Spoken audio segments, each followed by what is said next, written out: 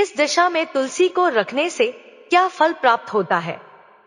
कहते हैं, तुलसी बिन घर सूना, पूजन बिन पुण्य अधूरा। मित्रों, आज की कथा बहुत ही ज्ञानवर्धक होने वाली है, इसलिए कथा को अंत तक जरूर सुने। एक समय की बात है, आर्यावर्त के पश्चिमी भाग में एक महान और धर्मपरायण राजा केतु राज्य करता था। वे न केवल एक वीर योद्धा थे, बल्कि एक तपस्वी की भांति धर्म का पालन करने वाले, जन कल्याण में रत और सच्चे भक्त थे। उनका प्रतिदिन का जीवन नियमित पूजा, ब्राह्मण सेवा, गौ सेवा और सत्संग से भरा होता था। राजा केतु भगवान विष्णु के अनन्य उपासक थे और तुलसी माता की पूजा को विशेष रूप से अपने जीवन का अभिन्न अंग मानते थे। उनके महल के आंगन में तुलसी का एक चबूतरा था, जहां प्रतिदिन सूर्योदय से पूर्व दीपक जलाया जाता, शंखनाद होता और गंध पुष्प से माता तुलसी का पूजन किया जाता। लेकिन एक दिन प्रातः काल जब राजा केतु पूजा समाप्त कर ध्यान में लीन थे, तभी उनके मन में एक विचित्र विचार कौंधा। मैं प्रतिदिन तुलसी माता की पूजा करता हूँ, परंतु क्या उन्हें सही स्थान पर रखा गया है? क्या यह दिशा उचित है? क्या मेरे इस पूजन से संपूर्ण पुण्य प्राप्त हो रहा है या कुछ चूक हो रही है? यह विचार सामान्य नहीं था, यह एक गहन जिज्ञासा बनकर उनके मन में घर कर गई। वह जानना चाहते थे कि तुलसी का सही स्थान क्या है, ऐसा स्थान जहां रखने से संपूर्ण शुभता, शुद्धता और भगवान विष्णु की कृपा प्राप्त हो। राजा केतु ने यह शंका अपने महामंत्री से साझा की।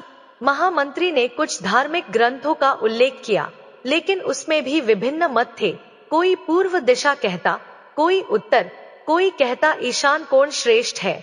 यह मतभेद राजा के मन की जिज्ञासा को और बढ़ाने लगा। राजा केतु ने अगले दिन अपने दरबार में नगर के प्रमुख विद्वानों, पंडितों और आचार्यों को आमंत्रित किया। दरबार में प्रश्न रखा गया, हे विद्वज्जनों, आप सब धर्मशास्त्रों के ज्ञाता हैं, मुझे बताएं, घर में तुलसी का पौधा किस दिशा में रखा जाए, जिससे सर्वश्रेष्ठ पुण्य, सुख और समृद्धि प्राप्त हो। सभा में मौन छा गया।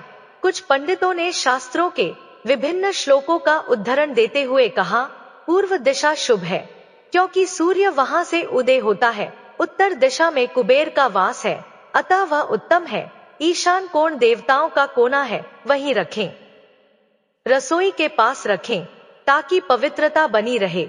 इन विभिन्न मतों से राजा केतु और भी भ्रमित हो गए। उन्होंने गंभीर स्वर में कहा, हे महापुरुषों, मैं सत्य की खोज में हूँ।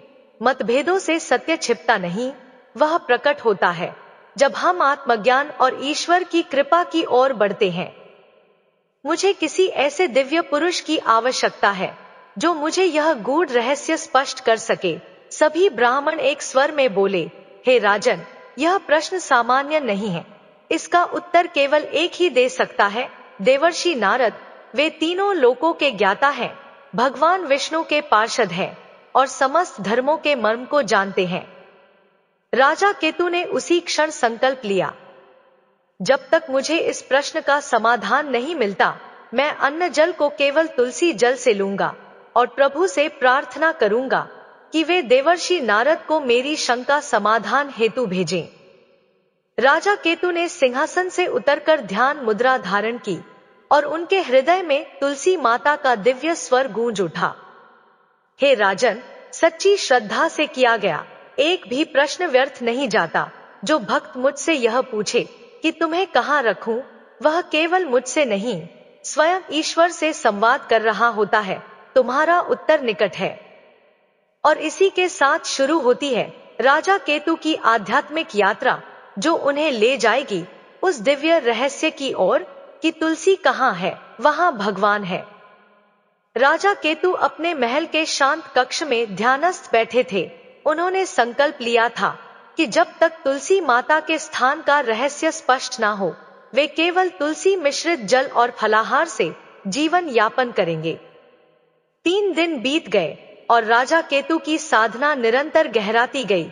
चतुर्थ दिवस प्रातःकाल जैसे ही सूरज की किरणें महल की छत से उतरकर तुलसी चौरे पर पड़ी, वहां दिव्य प्रकाश का आभास हुआ। अचानक हवा में मंद सुगंध फैल गई, वीणा की मधुर ध्वनि गूंजने लगी और समस्त वातावरण अलौकिक हो गया। राजा केतु ने नेत्र खोले और सामने थे स्वयं देवर्षि नारद। उनके एक हाथ में वीणा थी, दूसरे में अक्षय कमंडल और मुख पर चिर परिचित मधुर मुस्कान। राजा केतु भाव विभोर हो उठे।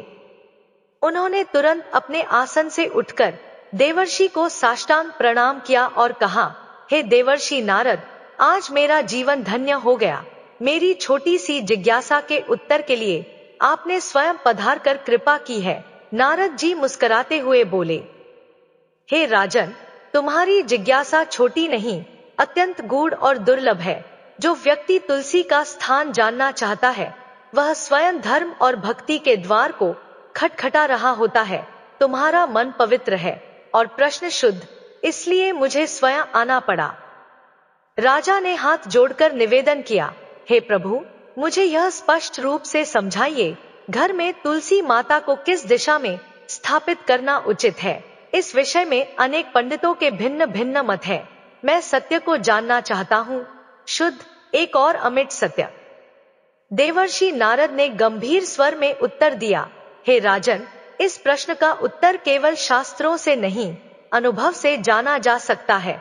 तुलसी केवल एक पौधा नहीं, भक्ति, शुद्धता और दिव्य ऊर्जा का प्रतीक है। उसका प्रभाव दिशा, भावना और पूजा की विधि से बदलता है। राजा केतु ध्यानपूर्वक सुन रहे थे। नारद जी आगे बोले, मैं तुम्हें एक ऐसी यात्रा पर ले चलूंगा जहां तुम स्वयं देखोगे, चारों दिशाओं में तुलसी माता को रखने से जीवन और वातावरण में क्या अंतर आता है। यह यात्रा ना तो केवल शारीरिक होगी, ना ही पूरी तरह आध्यात्मिक। यह बोध की यात्रा होगी, अनुभव की यात्रा। राजा केतु ने विनम्रता से कहा, हे प्रभु, मैं उस दिव्य अनुभव के लिए पूर्णतः तैयार हूँ। देवर्षि नारद ने अपनी वीणा उठाई, एक विशेष बीज मंत्र का उच्चारण किया, ओम तुलस्य नमः, श्री हर्ये नमः। क्षण भर में ही वहां दिव्य प्रकाश फैल गया। राजा केतु को लगा जैसे समय थम गया हो और वह किसी अद्भुत गति में प्रवेश कर रहे हों। आंखें मूंदते ही उन्होंने अनुभव किया कि वे एक नई जगह पर पहुंच चुके हैं। एक सुंदर, शांत और सात्विक वातावरण वाला आश्रम। वहां हर दिशा में तुलसी के पौधे लगे थे, दक्षिण में, पश्चिम में, उत्तर में और पूर्व में। राजा केतु ने विस्मय पूर्वक चारों ओर देखा। देवर्षि नारद जी बोले, यह एक विशुद्ध गृहस्थाश्रम है। यहाँ तुलसी माता को चारों दिशाओं में स्थापित किया गया है। अब तुम स्वयं देखो और अनुभव करो, किस दिशा में तुलसी रखने से क्या फल मिलता है। राजा केतु ने मन ही मन प्रार्थना की, हे माता तुलसी, अब मुझे सत्य दिखाओ। देवर्षि नारद जी ने संकेत किया, चलो राजन, सबसे पहले हम दक्षिण दिशा की ओर चलते हैं। राजा केतु की आध्यात्मिक परीक्षा और अनुभव की यात्रा आरंभ हो चुकी थी। अब सत्य उसे स्वयं दिखाई देने वाला था। तुलसी की दिशा का रहस्य एक एक करके प्रकट होने वाला था। राजा केतु और देवर्षि नारद उस दिव्य गृहस्थाश्रम में प्रवेश कर चुके थे, जहां तुलसी माता चारों दिशाओं में स्थापित थी। यह कोई सामान्य घर नहीं था।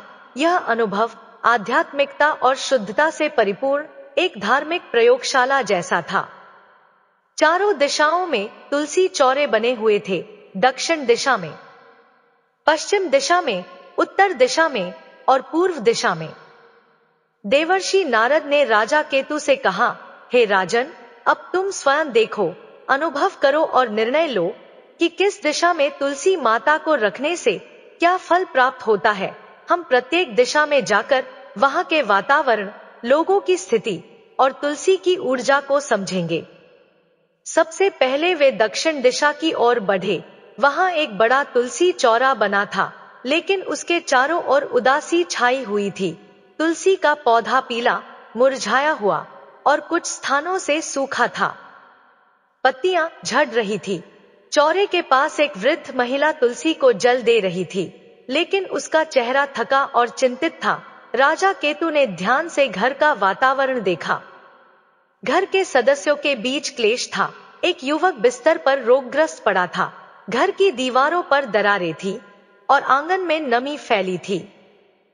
देवर्षि नारद जी ने कहा, हे राजन, दक्षिण दिशा यमराज की दिशा मानी जाती है। यहाँ मृत्यु, विरक्ति और नाश की ऊर्जा प्रभावी रहती है। इस दिशा में तुलसी को स्थापित करना शुभ नहीं, अपितु संकट को निमंत्रण देने के समान होता है। राजा केतु ने सिर झुकाकर स्वीकार किया। यहाँ का अनुभव भारी और निराशाजनक है। निश्चित ही यह दिशा अनुपयुक्त है। इसके बाद वे पश्चिम दिशा की ओर बढ़े। यहाँ तुलसी का पौधा जीवित था, कुछ हरा भरा भी, लेकिन उसमें वह चमक, वह दिव्यता नहीं थी जो राजा केतु ने पूर्व कल्पना की थी। पत्तियां कम थी और चारों ओर हल्की गंध फैली थी। घर के सदस्य सामान्य व्यवहार कर रहे थे, पर वातावरण में कोई विशेष ऊर्जा नहीं थी। देवर्षि नारद जी बोले, हे राजन, पश्चिम दिशा सूर्यास्त की दिशा है, जहाँ दिन का अंत होता है। यहाँ तुलसी रखने से कुछ पुण्य तो अवश्य मिलता है, लेकिन वह सीमित होता है। ना तो रोगनाशक होता है, ना विशेष भक्ति जागृत होती है। राजा केतु ने देखा, घर में ना सुख था, ना क्लेश, बस एक साधारण सा जीवन।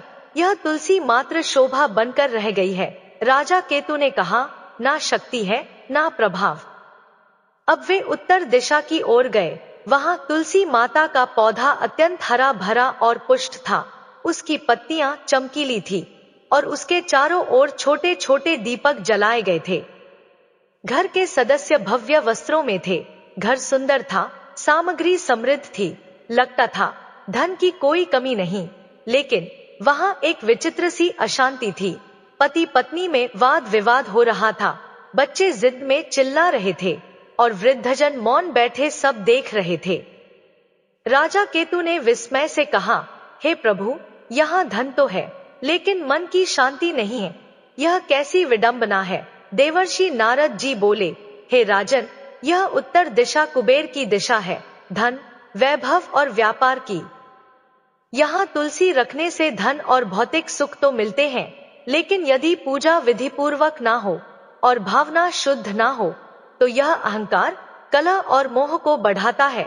राजा केतु ने देखा, यहाँ तुलसी की पूजा केवल दिखावे में थी, ना भाव था, ना प्रेम।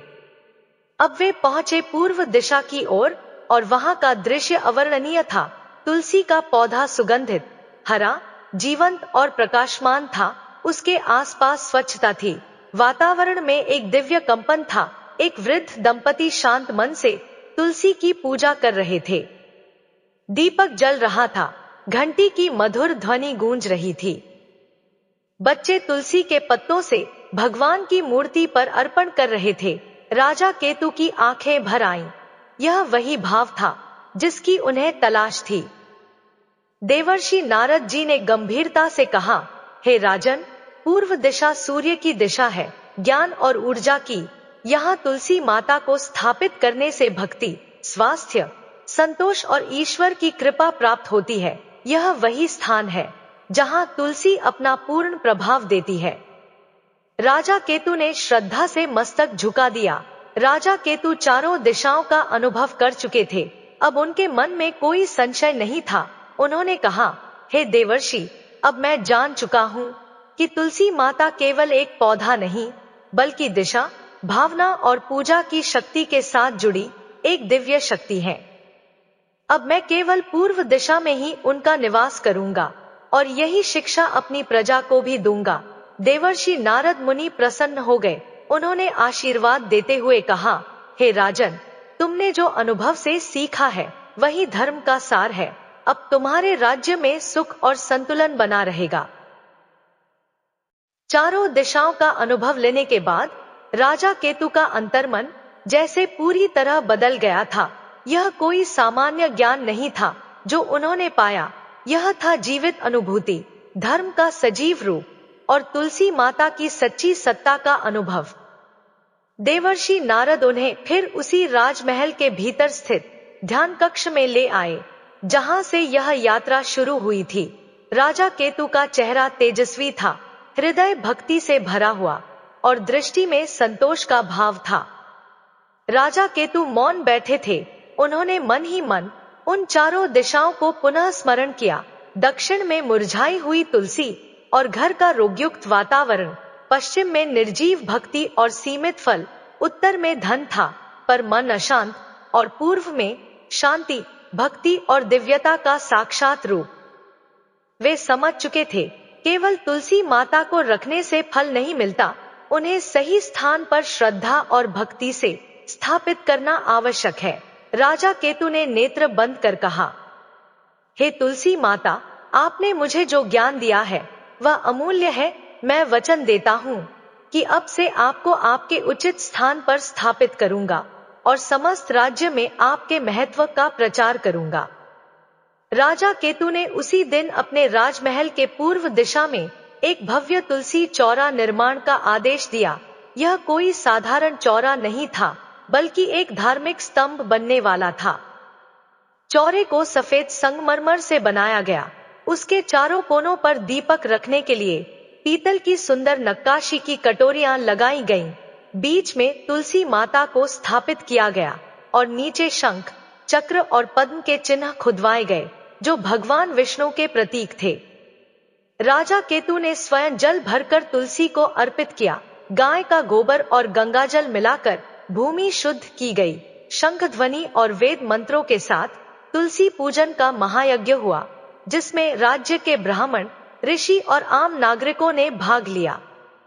राजा केतु ने सभा में घोषणा की, सुनो मेरी प्रजा, आज से मैं यह धर्मादेश देता हूँ कि हर घर में तुलसी माता को पूर्व दिशा या ईशान कोण में ही स्थापित किया जाए। तुलसी के पास नित्य दीपक जलाया जाए और जल अर्पित किया जाए। तुलसी के पौधे के पास अपवित्र वस्तु, जूठा पात्र या गंदगी ना रखी जाए। रात्रि में तुलसी के समीप संगीत, मंत्र या भजन सुनाया जाए, क्योंकि तुलसी माँ सुनती है, देती है और साक्षी बनती है। यही मार्ग है सुख, समृद्धि और शांति का। यह मेरा संकल्प है और धर्म का आदेश।